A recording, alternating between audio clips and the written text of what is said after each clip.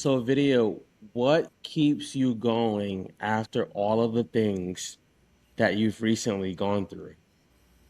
Yeah, it's a good question. I mean, I think that a lot of things, like, I think just watching other people be like happy and live in their purpose makes me like, okay, the end is not here. You know what I mean? I feel like a lot of times we just like isolate ourselves and we're like, this is like the worst thing to ever happen, or like, I don't know how to move past it. But then, like, you look around and you're like, you know what? Maybe I'm not the only person in the universe that has gone through something. And maybe other people have also been able to like rebuild and like be happier because they've rebuilt. So I think just knowing that and meeting other people where it's like, oh yeah, we all went through things like that and then we figured it Yeah. out. It makes me feel like, okay, I'm not as alone. Yeah. I love that. Now, what's something that my audience, they're new to you. What's something that you've gone through that maybe when you were in it, you didn't think you were gonna get out?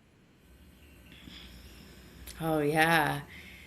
That's a loaded question. I feel like so much. I just feel like when I don't know, I think I've just faced a lot of like discrimination and retaliation based on like leadership and like rising to the occasion, right? Like I think that like we're always told like be successful. And so like when we are successful, what does that world look like? And I feel like for me that's the biggest thing of like that I've navigated. It's like I did all of the things, like, right? Like you do what they tell you to do. You make the money, you get the title, you do the thing. But then as you're in that space, you're like, I didn't agree for my ethics to go out the window. I didn't agree to Wow. change who I Wow. am as a person.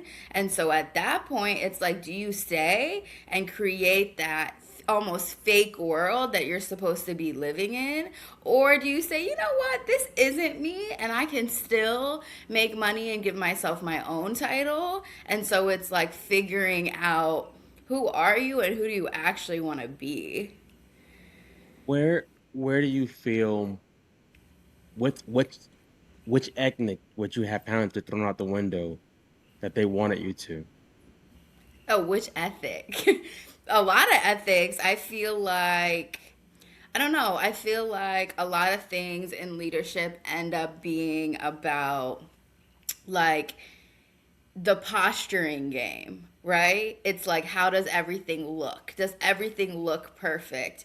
And it's like when you're looking around and you're like, you're saying this publicly or to other people, but look around you. Like, I remember my staff, like just staff members, young people, all of these things, they were like, they were being so mistreated. And then you like blink your eyes and then you look up and it's like, oh, we as an organization are doing so much to forward the work. And it's kind of like, but like, are you like, I know we're leadership and I think that there is a level of accountability and like class you should have. But if people are consistently suffering and then they look up as well and they see you publicly posturing yourself, they're like, do you know that I'm depressed like because of you? And so I think it's like that was a big one, just like of what the world expects versus what the reality is. And I think also just, it's like as an organization, as a leader, I think like transparency is really important, right? Being able to be honest with yourself and the people that you work for because we're trying to like create a better world. And so I Yep, think yep. that's another thing that kind of as a leader people are like, "Oh, we don't do that around here. We're not honest around here. We don't actually tell the Mm, truth around here." Yeah. mm. You mentioned it could sometimes be, you said, do you know that like we're depressed or things like that? Have you ever had a bout with depression around all of this?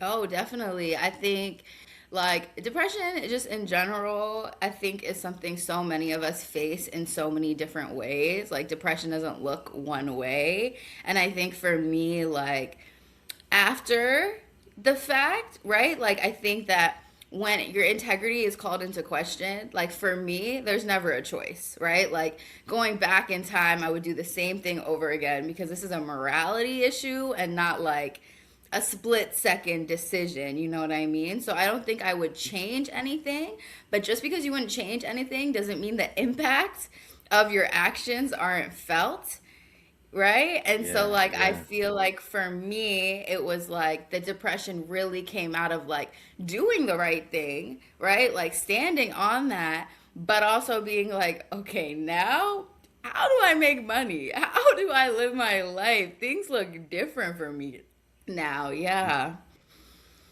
Where you mentioned your morals and things like that, but if you're faced with this decision of do I stay at this type of job, even though I'm starting to get depressed or how I'm dealing with it, what do you do?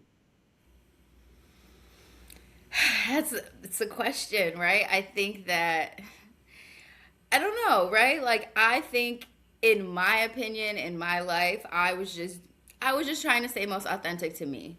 Right? Like what was the thing that I could do the best? Did I realize at that time that my actions could result in me losing my job and losing my title and all of these things? No. Like of course not. But I kind of didn't think too much at that time. I'm like I'm just doing what's right. I always lived my life where if anyone from the community was like, let's go into her file. Let's see how she acts, how she's a leader. If everything came out, what type of person do I want to be? Right? Like, and so a lot of times with these like morality issues, right? Like there's audits, there's oversight bodies, there's other things. So at some point, whether it's in this lifetime or the next, like things will come out and how do you want to be remembered? And I think like knowing that it's going to be okay, like almost like knowing that if things break, they were meant to break and you will be fine, I think is the biggest thing. Yeah. Where does that stem from, or where do you get this conviction that I want to keep doing the right thing, even if there's a consequence to that? Like, where does that stem from? Yeah. So I moved to New York when I was pretty young. I was just a young person that just really, really cared. And when I was here, I was a counselor on Rikers Island throughout COVID. Wow. Yeah. So like I worked in New York City's jail system, and I worked with people who are now sentenced to life in long periods of time that were young people when I met them. Yeah.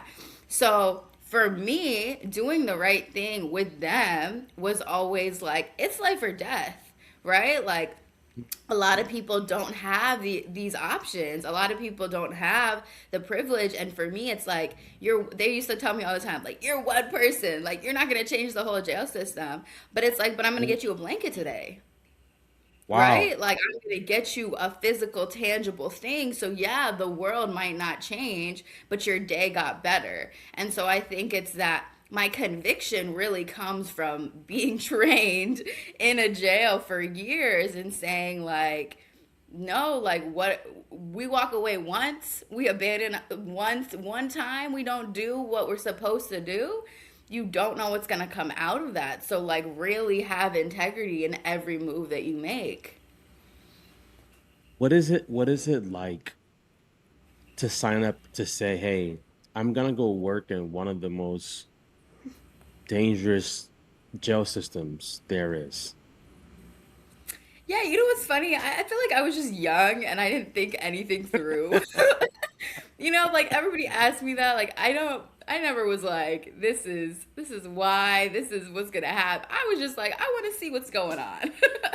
Like that was really my like I'd never been to a correctional facility before. I didn't know That was like your I didn't first have one. was my first one. I didn't Wow. yeah. I didn't know like I didn't know anything. But I think that's part of the beauty of it, right? Like I think that's why I was so successful. That's why like I've been able to build a business out of it and people like upstate now write letters to our PO box and stuff like that because it was like I didn't have any expectations. So when someone said something weird, violent, anything, I'm like, what are you talking about? can you explain this to me? Like, this does not make sense to me. And so, like, almost that level of genuineness was so rare for them to have experienced, which made my work so much easier because they're like, she really doesn't know. Like, she's being dead ass. Like, yeah. So you sign up, you start working at Rikers Island. What's the first thing that hits you that's wasn't what you were expecting? Oh, wasn't what I was expecting. I think my biggest thing on the island was that all the staff and all the people that were incarcerated were all black and brown and were all from the same communities. So Mm. I think for me, it was, I think prison and jail is always positioned as a racial structure, which it is. I'm not taking away from that. But Rikers Island is a specific breed of that. So it really is like, officers think they don't hold the power. The detainees don't think they hold the power because it's all informal power within the space. So I think like that was what was really surprising to me is some of these arguments that folks would have. I'm like, you guys went to the same deli and you grew up like 3 blocks from each other. Like what are we doing? Right? Like I think it's like for me it felt like a simulation of some kind because I'm like, you guys know each other's parents and like we're all sitting here making our own money in our own ways and trying to create the life that we want. And then somehow we're all supposed to live here non-violently. Like it's yeah. What do you think makes them so violent? When I say them, I say it with respect Yeah. because I do believe environment has a lot to do with how you actually act. But what do you think made them, or if you saw that they were violent?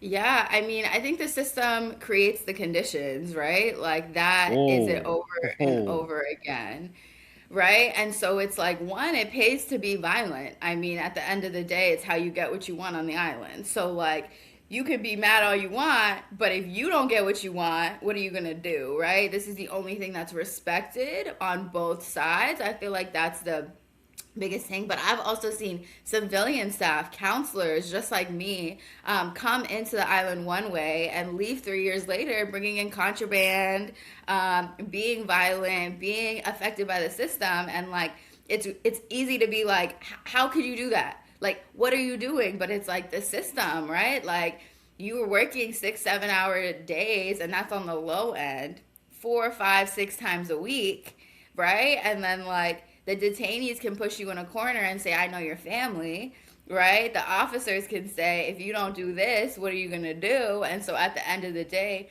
I always say, if you don't know who you are, if you are not very strong mentally, the island or any facility will test you because all it is power and manipulation in different ways. And you don't know until you know. Yeah. whoa. Wow, you mentioned violence is how they get what they want.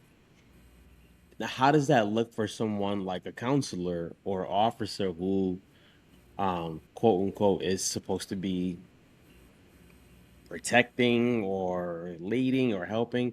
How does that still seep in on that end?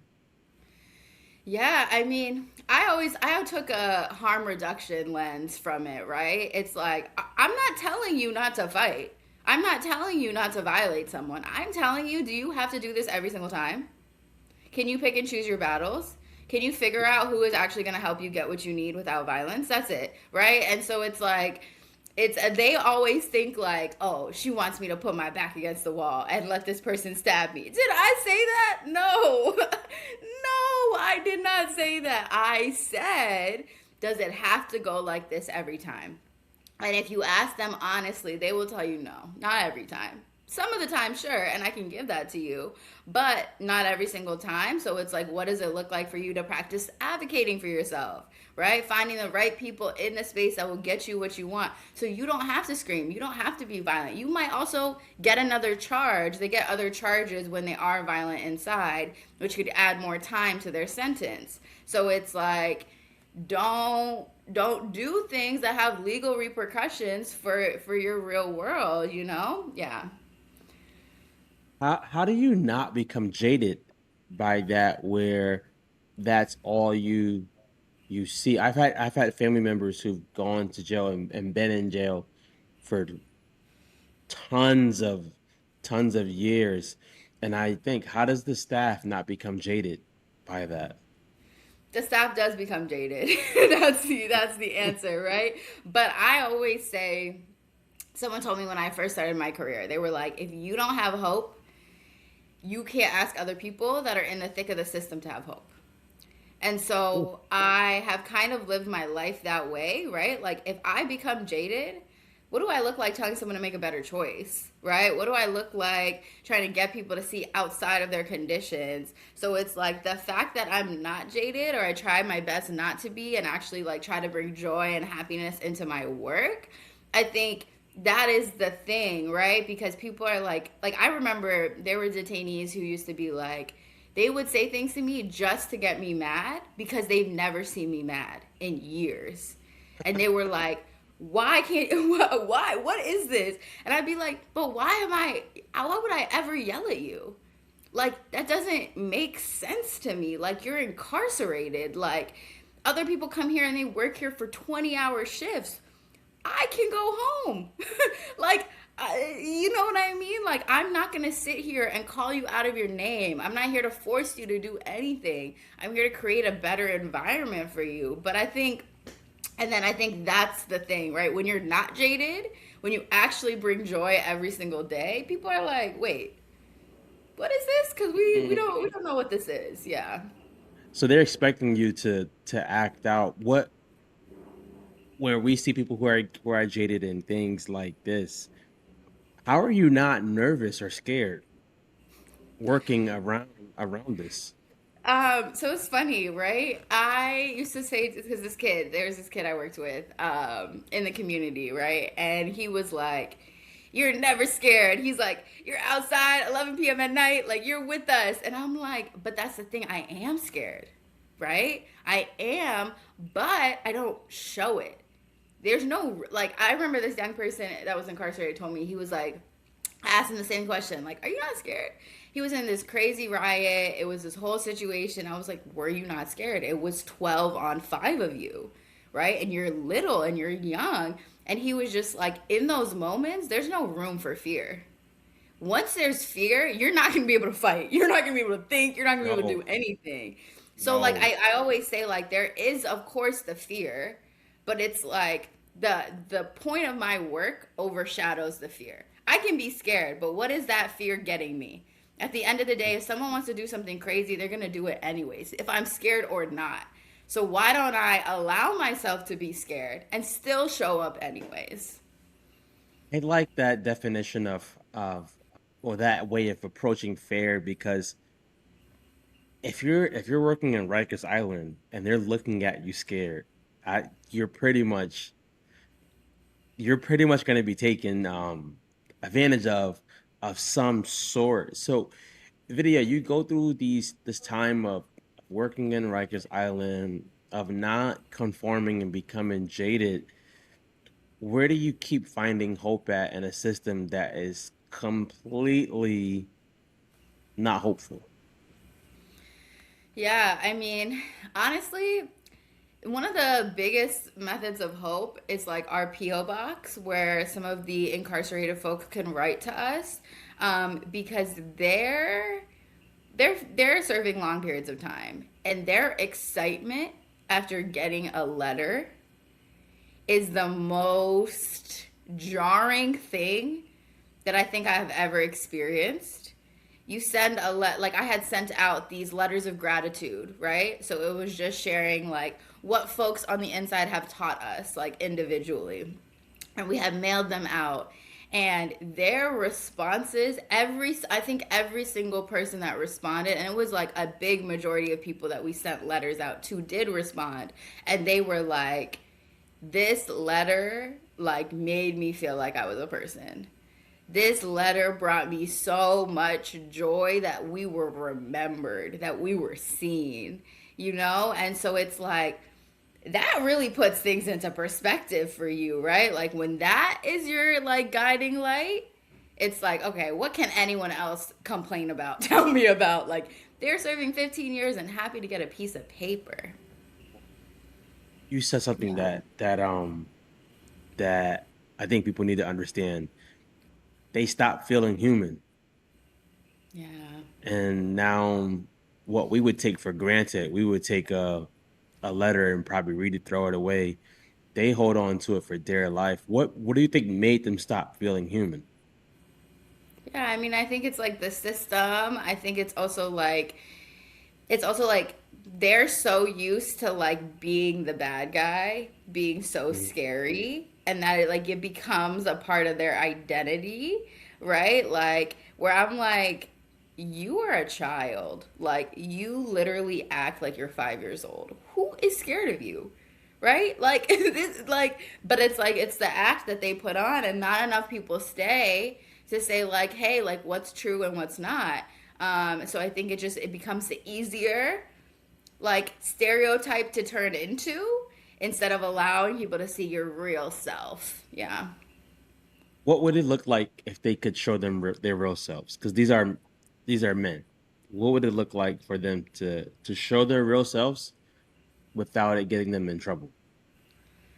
Yeah, I don't know. I think that the biggest like I think commonality is they want to be seen, right? Like they want everything they're doing is out of like I want to be seen and I want to be loved by my community, right? But it's like how You think the people who are in Rikers Island they want that?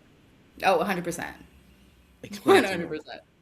Yeah, so like I feel like a lot of things that they've done in their lives to like lead them Hmm. up onto this path is because of being seen, right? It's what does it feel like to be a cool member in their society? What does it Hmm. mean to have the flashiest clothes, right? To have all of these things. But I remember telling them like you guys could just be like MCs.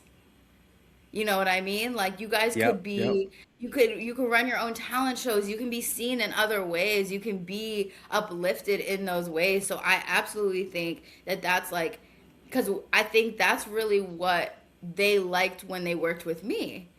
I Okay. saw them for who they are and I just focused on their strengths. And that's all they ever wanted. All of a sudden, I couldn't go on one day of a vacation without someone being like, where are you? Where are you? Where are you? I'm like, yeah, because I see you for a person. And that's why I could de escalate fights because I'm seeing you as a whole person and not like whatever personality you decided to put on today. Yeah.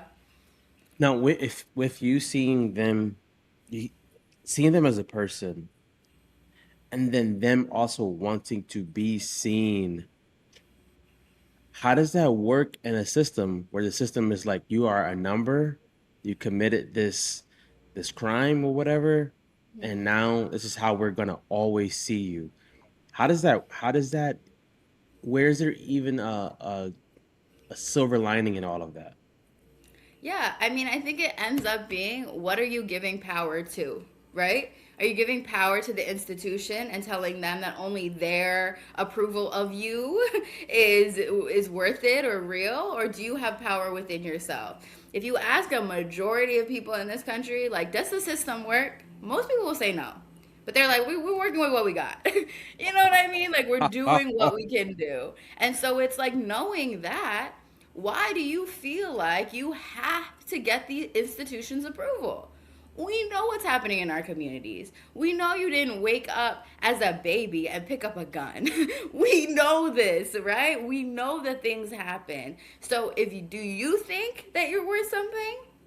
Do the people that love you think that you're worth something? Can you contribute to your community? That's really where I would focus. What is the thing that we can control? Because at the end of the day, in an institution, I mean, what? 50 officers can come in and flip your whole housing unit and take everything from you? They can, yes. But does that mean they get to strip you of your dignity and your power and your love for yourself? No, because no one can take that from you. If no one can take that from them, why is it so easily taken from them?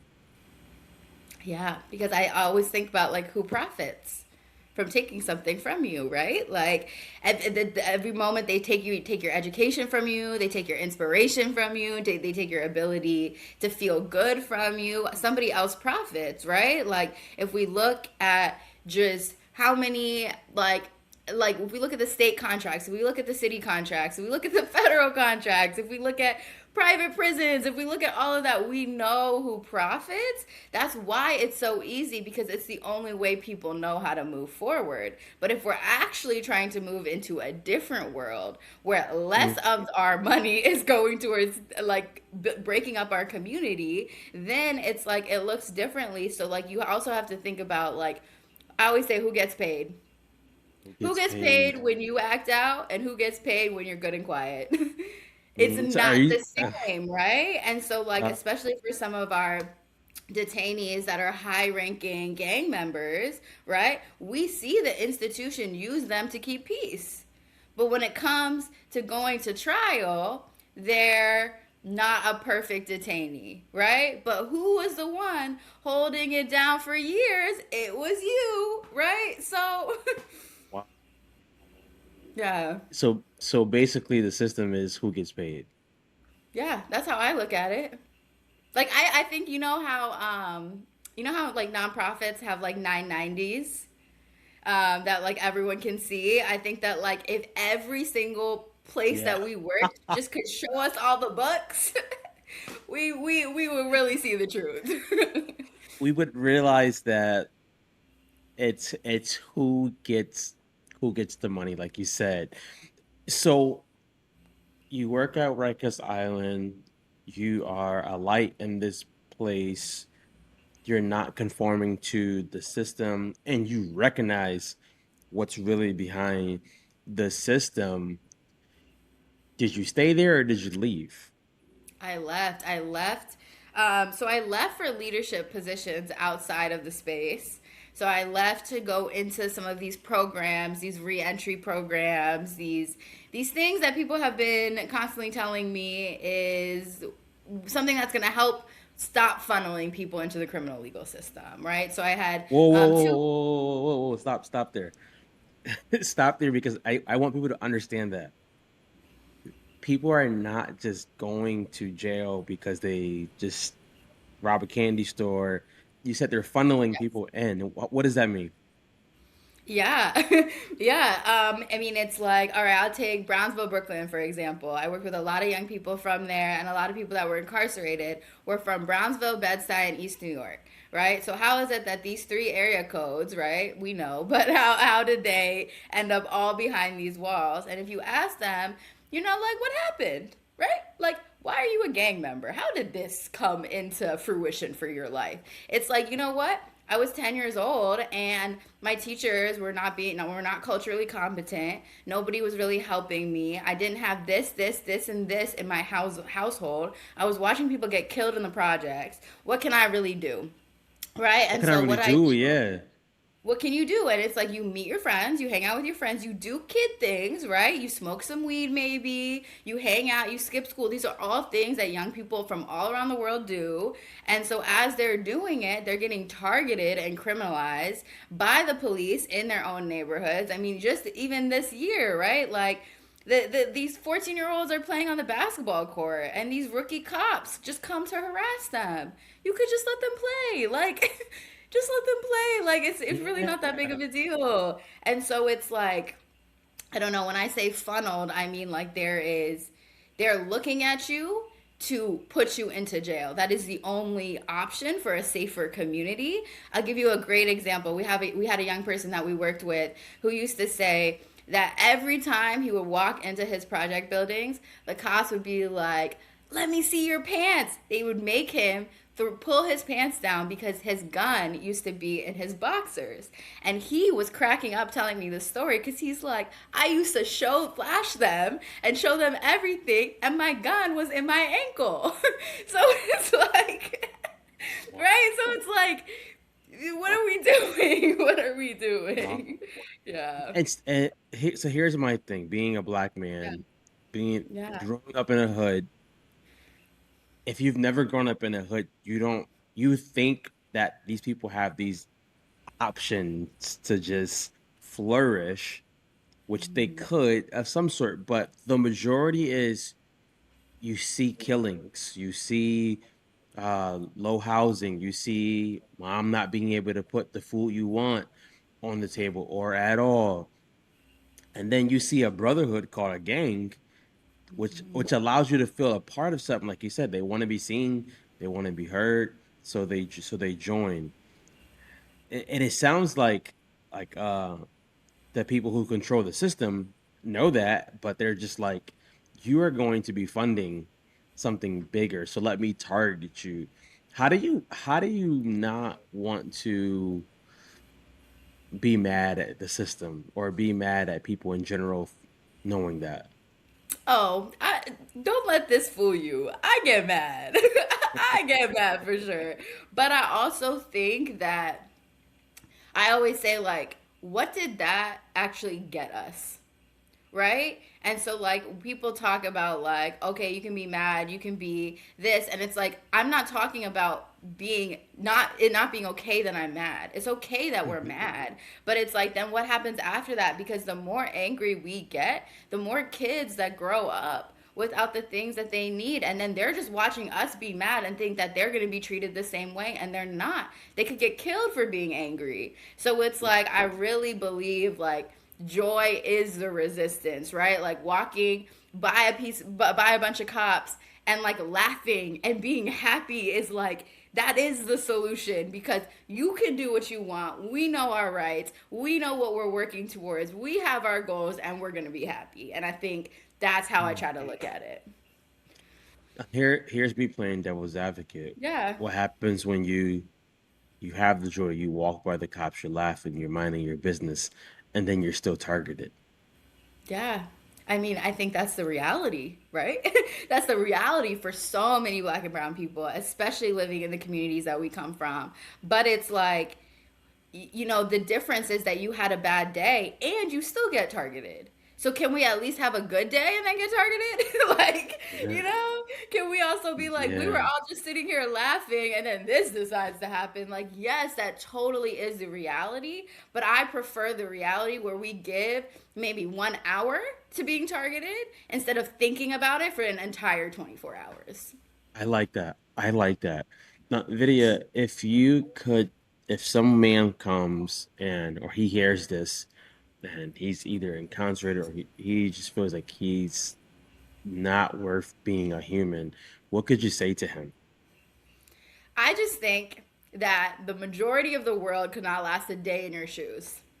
Not Mm. a day, not a day, even a week. We can even do a whole week in your shoes. They can't go where you go. They can't build the relationships that you can build, and they do not have the heart that you have. So the world likes to convince us to isolate, that we're not good enough, that we're not this, but we know the truth because what we do every single day, other people can't do.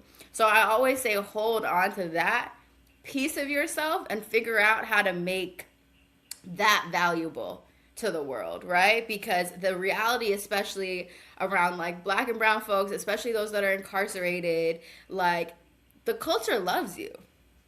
The culture is making millions to billions of dollars off of your style, off of your music, off of your everything, right? So why don't you make a bag off of that, right? Like how can that start to shift? That's what I'm interested in like uncovering. So I think remembering who you are and what you have to give and then finding other like-minded people that can pour life into you and you can pour life into them.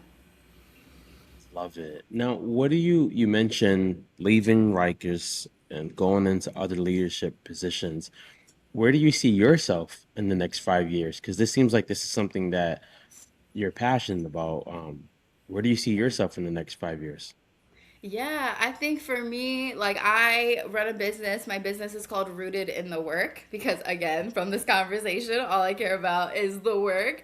But I believe that we have the power as individual people to eradicate some of these like violent funneling of people into the system. And what I mean by that is we have so many nonprofits that have hundreds of millions of billions of dollars funneled into them. Yet, why don't people have housing? Why don't people have the things that they need, right? What is actually the cover up?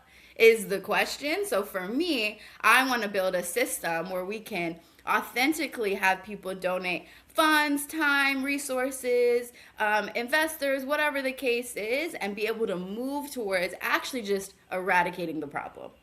People don't have housing, let's give them housing.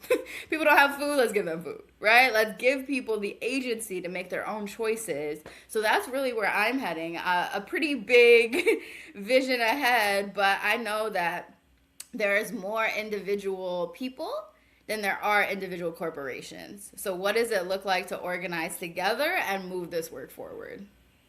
Love it. Now, how long have you had Rooted in the Work? Yeah, so I've it's been formally since 2025. No, it's But new. It's I new. Yeah, but I would say that the framework, that everything behind it was developed on Rikers Island with the young people where they were telling me like this is the answer. This is what we do differently. So, yeah. I love it. So how could someone, our last question, how could someone help Rooted in the Work reach more people? Let's say the person doesn't have a lot of money or things like that. What's some ways that the person can help you be an extension to help others? Yeah. No, I mean, honestly, I think it's just being part of the community, right? Like that's really the normal and basic ask, right? We're on Instagram. We also have a Substack which is free so people can read our articles and our thoughts, and sometimes we post letters. And I think it's just uplifting the voice, right? I think some of the most powerful things to do is actually not to donate. It's just to see our work for what it is, right? And I always say, like, it's not about how much you can give, it's what you can give. So sometimes folks are like, I might not have a lot, but I have a bar that would love to host you guys and have a conversation and have people show up. That is amazing, right? There's resources we all have. And also, I think letting us know, like through Instagram, Substack, whatever the case is like, what does this work look like in your community, right? Because we want to bring this outside. So just because I think something I'll say is a lot of these conversations take the person who's giving and then the person who needs help, right? Those are the two sections. But what happens when the person that needs help can give, and what happens when the giver needs help, Oh, right? We explain don't. explain that.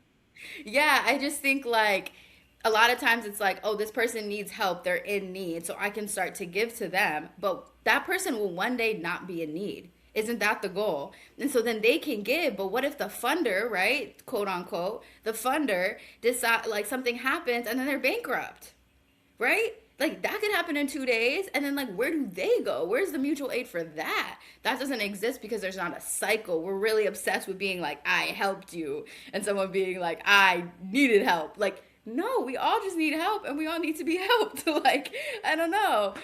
So I think it's like I'm really big on taking that away. So someone saying like I could be a funder today, and in 3 months maybe I need $100 grocery gift card, and that's okay too, right? Because we recognize that we're all moving through this life in different ways and we need different things. So I always implore people to not just ask about how they can give to us, but tell us what they need.